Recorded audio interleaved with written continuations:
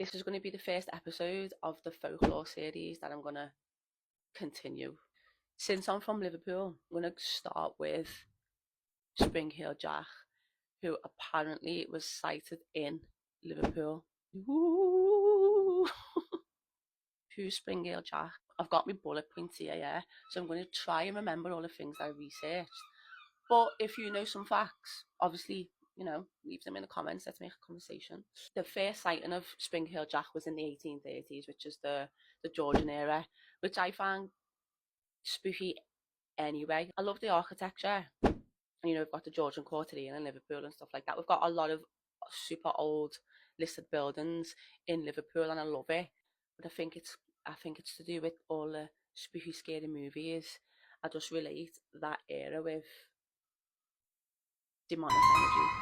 That it just sets like a spooky tone, do you know what I mean? Even the fashion, it's given me that woman's head's about to like spin around, that man's about to turn into a demon. There's loads of little scary ghost kids running around the houses, do you know what I mean? A lot of the things that I've read online, they explain how he was dressed. So a lot of them are saying he had a cloak, hat, them long boots, the ones that go up to like here, them weird pants, cloaks that come in, do you know what I mean, and a top hat, and then they've usually got like a little walking stick. Someone knows about fashion, you'll probably know the actual terminology. People who have apparently seen him have explained what he looks like and what he wore. And that made him a little bit less scary for me though, personally, is apparently he breathed blue flames. If it was like orange, red flames, I'd maybe be like, that's kind of scary, but blue flames, jog on. The thing that makes him extremely scary to me, his ability to jump super high, obviously, hence the name Spring Heel Jack. The fact that he could jump at heights that aren't normal for a human to jump at, it just feels more scary, do you know what I mean? Instead of his red eyes and his face transforming or whatever, his claws, the fact that he could jump super high, to me, that's just like, I hate. Something that's a bit more human is scarier than something that is a complete, like, weird creature. I just feel like we could see it in this realm, because it's like it's a demon in disguise. Just like a little demon, like, walking around, and it's like, you all think I'm just a normal human like you, then bang, it's the unknown. It's the unknown, do you know what I mean? Like that idea of thinking that you know what something is and then it's just not. Similar to when you think you know a person and then they switch up on you. But that's another video. And now I want to read a little story that I found about him on the internet. It's about some little kid who was 12. The legend began one moonless night when young Tommy, a curious lad of 12, decided to sneak out the house. There's your first mistake. You're sneaking out the house. No one knows you've gone out. You're in danger. So everyone's just chilling in the house, thinking you're upstairs, chilling, playing with your toys, whatever, but you're not. So now, when you're going to see Spring Heel Jack, what are you going to do? As he wandered through the dimly lit streets, he heard soft, echoing laughter that seemed to come from all directions. That's scary. Not knowing what direction the laughing's coming from. That's spooky. His heart raced as he turned a corner and was met with a chilling sight, a tall cloaked figure with red fiery eyes. So just walking down the street, thinking you're sick, just left the house.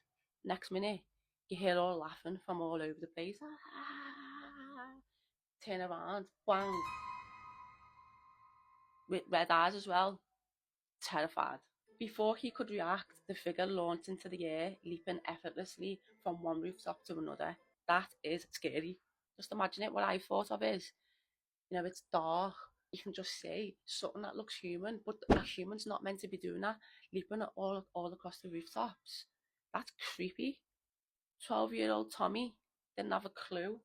In a state of shock, Tommy ran home, unable to describe the supernatural experience he had just witnessed. His family dismissed it as the this is what my family would do to me.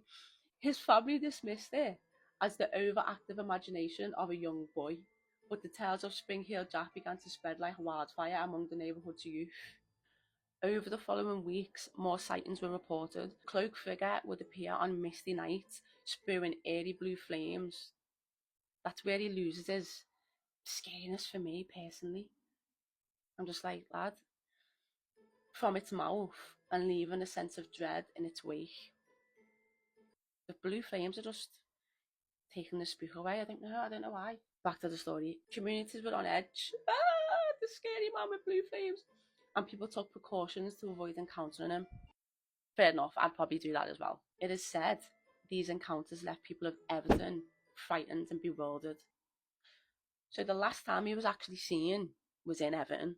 I'm not sure where. I know someone commented on my last video saying whereabouts in Everton it was, but I'm sure there'll be people on the internet who can like put the facts in. The local legend also claims that Liverpool was the last sighting of the monstrous Jack, who was supposedly chased by angry members of the community. Scousers.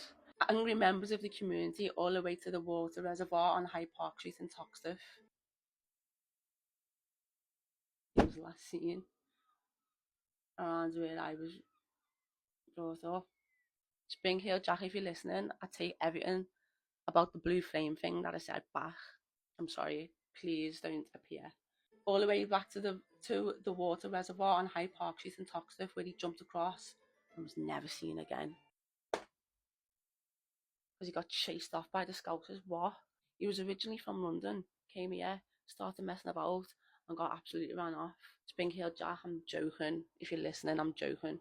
That was my first bite-sized folklore tale. They'll probably get better in time. You know, this is my first one. Don't be mean. I'm not looking to like state all the intricate facts. I just want to do bite-sized and fun. If you know more facts, let's get a conversation started. Let's scare ourselves and let's just enjoy some folklore.